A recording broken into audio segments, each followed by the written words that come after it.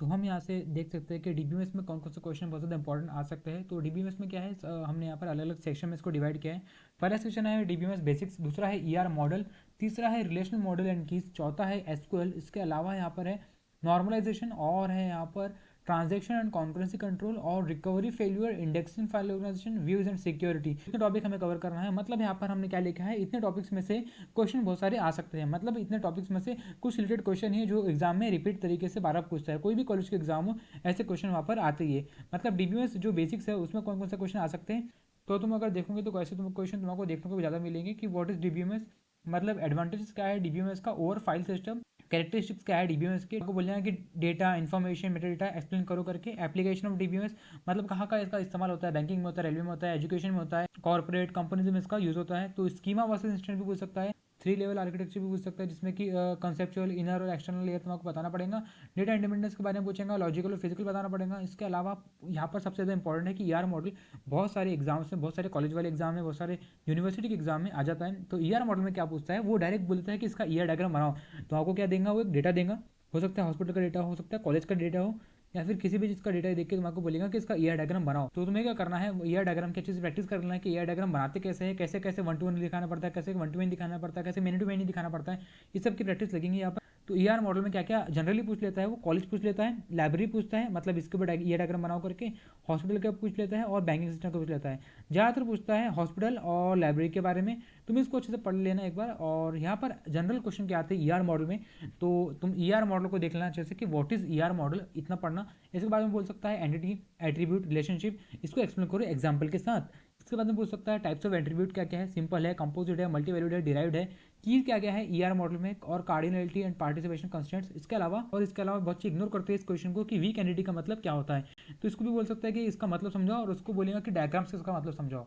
तो तुम्हें ER model के अंदर इतने क्वेश्चन करके जाना है। मतलब इसमें से हो सकता है कोई ना कोई क्वेश्चन यहाँ पर आप मिल जाए, और इन शीट में से कोई ना कोई क्वेश्चन एग्जाम में जरूर मिलेगा, क्योंकि इसके बाहर ज़्यादा क्वेश्चन नहीं आते, क्योंकि ये जो क्वेश्चन है वो बहुत ज़्यादा इंपॉर्टेंट है और बहुत ज़्यादा रिपीटेड क्वेश्चन है।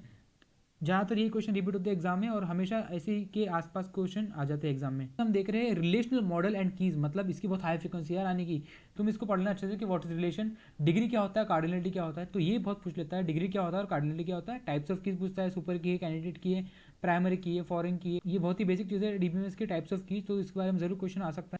तो इसके बाद में पूछ सकता है रेफरेंशियल इंटीग्रिटी कंस्टेंट्स के बारे में। तो जो जो कंस्टेंट होते हैं तुम्हें इसको नाम लिख देना है वहाँ पर। और इंटीग्रिटी कंस्टेंट्स इन डीबीएमएस के बारे में पूछ सकता है। एसक्यूएल के ऊपर शॉर्ट शॉर्ट क्वेश्चन आता है। ये एसक्यूएल क्या है, बेस है डीबीएमएस का। तो डीबीएमएस में अगर तुम्हें पढ़ना है तो एसक्यूएल तुमको पढ़ना ही पड़ेगा, क्योंकि एसक्यूएल के थ्रू हम क्या करते हैं, पूरा डेटाबेस को स्टोर करते हैं, मैनेज करते हैं। तो ये बहुत ज़्यादा काम में आता है किसी भी डेटा को रिट्रीव करने के लिए, मतलब एक्सेस करने के लिए एसक्यूएल का बहुत ज़्यादा यूज होता है। मतलब ये इंटरेक्ट कर पाता है हमारे डेटाबेस के साथ में। तो एसक्यूएल सीखना बहुत ज़्यादा इंपॉर्टेंट हो जाता है। तो हम सबसे पहले यहाँ पर देखेंगे कि ऐसा क्वेश्चन भी आ सकता है व्हाट इज एसक्यूएल करके। इसके अलावा जनरल क्वेश्चन क्या है, जो बहुत ज़्यादा रिपीट क्वेश्चन क्या है, DDL, DML, DCL, TCL, इसके बारे में पढ़ लेना। ये कमांड्स हैं और ये बहुत ज़्यादा रिपीट होता रहता है एग्जाम में। तो DDL, DML, DCL, TCL के कमांड्स पूछ सकता है कि इसका मतलब क्या होता है, और ऐसे बोल सकता है कि what are the commands of SQL explain करके, तो ये पूछ सकता है। इसके अंदर आता है difference between delete, truncate, drop, मतलब ये कहाँ का यूज़ होता है, कौन से कमांड्स में इसका यूज़ होता है। तो ये तुम्हें पूछ सकता है डिफरेंस बिटवीन डिलीट, ट्रंकेट और ड्रॉप का। Difference between where and having, SQL के क्वेरीज में वेयर का कब यूज़ होता है और हैविंग का कब यूज़ होता है, इसको एग्जाम्पल देकर तुम समझा सकते हो। इसके अलावा बहुत ज़्यादा इंपॉर्टेंट क्वेश्चन है जॉइंट्स के बारे में। तो जॉइंट्स कौन कौन से होते हैं ऐसा पूछ लेंगे। तो inner join, left join, outer join, और इसको अच्छे से पढ़ लेना कि यहाँ पर तुम्हें एग्जाम्पल भी देना पड़ेगा। तो इसको अच्छे तरीके से एक बार चैट जीपीटी में अगर तुम सारे ही क्वेश्चन को एक बार तुम स्क्रॉल करके लिख दोगे और उसको बोलेंगे शॉर्ट में समझाओ करके, तो वो काफ़ी अच्छे तरीके से तुम्हें शॉर्ट में समझा देंगे, और तुम्हारा थोड़ा सा अच्छा रिविजन हो जाएगा और प्रैक्टिस भी अच्छी हो जाएंगी। और एसक्यूएल की क्वेरीज क्या क्या बोलता है जनरली वो, तो बोल सकता है कि write SQL query to create table, table बनाने के लिए एसक्यूएल क्वेरी लिखो, इंसर्ट रिकॉर्ड करने के लिए एसक्यूएल क्वेरी लिखो, अपडेट रिकॉर्ड करने के लिए एसक्यूएल क्वेरी लिखो, और डिलीट रिकॉर्ड करने के लिए एसक्यूएल क्वेरी लिखो। ऐसा कुछ क्वेश्चन तुमको पूछ सकता है, और ऐसा क्वेश्चन बहुत आते हैं। मैं क्वेरी लिखने के लिए बोल सकते हैं अगर मेरे को इस एम्प्लॉय की डिटेल निकालना है जो कि इस शहर में रहता है करके, ऐसा कुछ क्वेरी आ सकती है। तो क्वेरी की प्रैक्टिस कर लेना। क्वेरीज यूजिंग वेयर, लाइक, इन, बिटवीन, इसकी भी पूछ सकता है। ऑर्डर बाय, ग्रुप बाय और हैविंग, ये बहुत ज़्यादा इंपॉर्टेंट है। इससे ज़्यादा इंपॉर्टेंट ये है ऑर्डर बाय, ग्रुप बाय और हैविंग। तो ये कर लेना। वेट फंक्शन में क्या क्या आता है, काउंट आता है, सम आता है, एवरेज आता है, मीन आता है, मैक्सिमम आता है। सब क्वेरीज कर लेना, मतलब क्वेरी के अंदर क्वेरी कर लेना। सब क्वेरीज करना मतलब क्वेरी के अंदर कैसे कैसे क्वेरी हम अरेंज करते हैं और कैसे कैसे रिट्रीव कर सकते हैं हम, तो उसके बारे में पढ़ लेना। जॉइंट्स में इनर, लेफ्ट, राइट के बारे में पढ़ लेना। कंस्टेंट्स क्या है एसक्यूएल में, प्राइमरी की, फॉरेन की, यूनिक और चेक। और उसके अलावा नॉर्मलाइजेशन, इसमें से बहुत ज़्यादा क्वेश्चन रिपीट होता है और ये क्वेश्चन तो बहुत ज़्यादा आता है। Types of normalisation 1NF 2NF 3NF BCNF, मतलब यहाँ पर तुम्हें बोल सकता है कि कन्वर्ट करके दिखाओ 2NF में 3NF में BCNF में, ऐसा कुछ बोल सकता है तुम्हारे को। और यहाँ पर फंक्शनल डिपेंडेंसी के ऊपर बहुत सारे क्वेश्चन आते हैं। फंक्शनल डिपेंडेंसी अच्छे से कर लेना। सबसे इंपॉर्टेंट क्वेश्चन क्या है, ये functional dependency, types of normalisation और कन्वर्ट वाला क्वेश्चन। तो ये बहुत ज़्यादा इंपॉर्टेंट क्वेश्चन नॉर्मलाइजेशन के, लेकिन इसमें से इंपॉर्टेंट ये है serial, non serial schedules, deadlock, और यहाँ पर सबसे इंपॉर्टेंट तो यही है एसिड प्रॉपर्टीज। तो types of failures and DBMS में क्या क्या है तो ये पढ़ लेना एक बार। Recovery techniques, log based recovery, check pointing, shadow paging.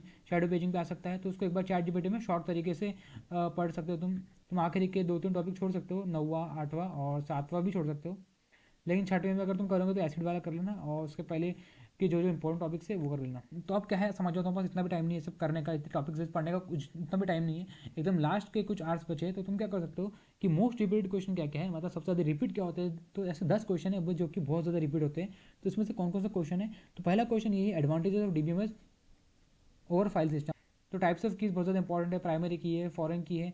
इसके अलावा normalisation up to 3NF with example, ये बहुत ज़्यादा इंपॉर्टेंट है। एसिड प्रॉपर्टी एग्जाम बहुत इंपॉर्टेंट है। तुम ये 9 भी कर लोगे ना तो बहुत ज़्यादा चांसेस है इसमें से क्वेश्चन रिपीट होने के। और कोई भी इसमें हल्का फुल्का रिलेटेड क्वेश्चन भी आया तो तुम इसमें से इससे ही मिलता जुलता होगा तो तुम इसके पॉइंट उसमें लिख सकते हो, तो मार्क्स उसमें भी थोड़े बहुत मिल जाएंगे। तो इतने क्वेश्चन भी अगर तुम कर लोगे तो काफ़ी अच्छा मार्क्स तुम्हारे को मिल जाएंगे, मतलब एक सफिशिएंट मार्क्स भी तुम गैदर कर सकते हो पेपर में।